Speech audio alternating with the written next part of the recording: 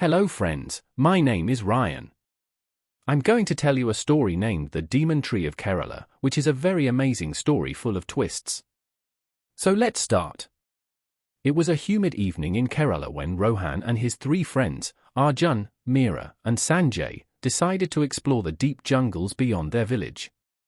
The locals had always warned them about a cursed tree hidden in the dense forests, a tree that supposedly fed on human souls. But the four friends, skeptical of superstitions, thought it was nothing more than an exaggerated legend. That night, they planned to uncover the truth behind the terrifying folklore. The moon was high when they ventured into the jungle, their torches flickering against the eerie silence. As they moved deeper, the chirping of insects and rustling of leaves faded into an unsettling stillness. It was unnatural, as if the jungle itself was holding its breath. Suddenly, Meera shuddered. "Something doesn't feel right," she whispered. And then, they saw it. A massive tree stood before them, its bark black as coal, its twisted branches stretching like skeletal fingers against the night sky. Unlike the surrounding trees, this one had no leaves. A strange, humming sound seemed to resonate from it, almost like a whisper, low, guttural, calling them closer. Arjun scoffed. "It's just an old tree. Maybe some fungus made it look this way." But as he stepped forward, the ground beneath him trembled slightly. He froze. Sanjay laughed nervously. "Come on, stop acting like this is a horror movie." And then, the whispers grew louder. Not just one, but many, as if dozens of voices were murmuring at once. Meera screamed as the tree's roots slithered across the ground like snakes.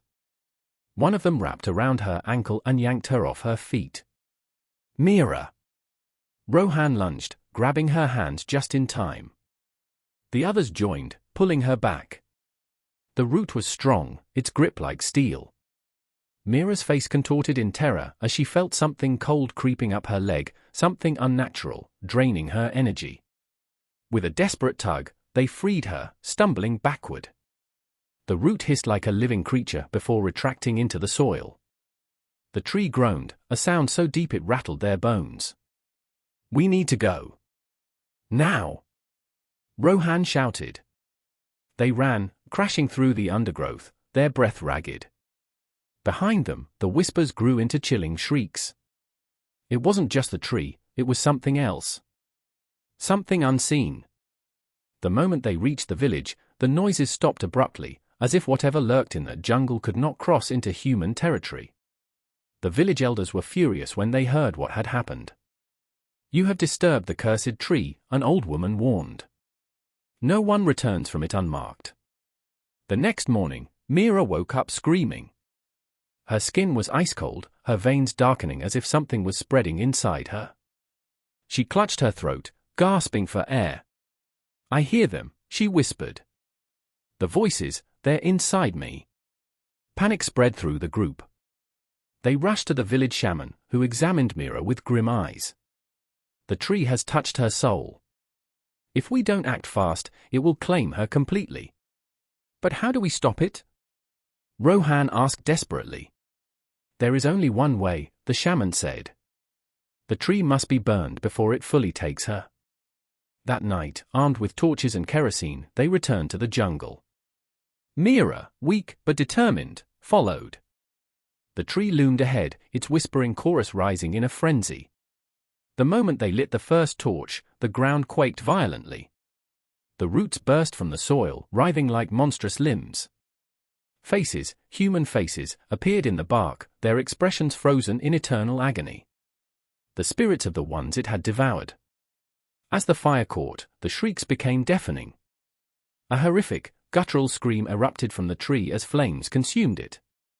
The roots twisted wildly, lashing out in fury, but the fire was relentless. The faces distorted in pain before slowly fading away. The voices silenced one by one until there was nothing left but ashes. Meera collapsed. When she awoke, the darkness in her veins had disappeared. The whispers were gone. They had won. Or so they thought. Days later, as Rohan sat by his window, a soft whisper curled into his ear. Chilling. Familiar. We will return. If you like this story, don't forget to subscribe to our channel for more thrilling tales. See you in the next one.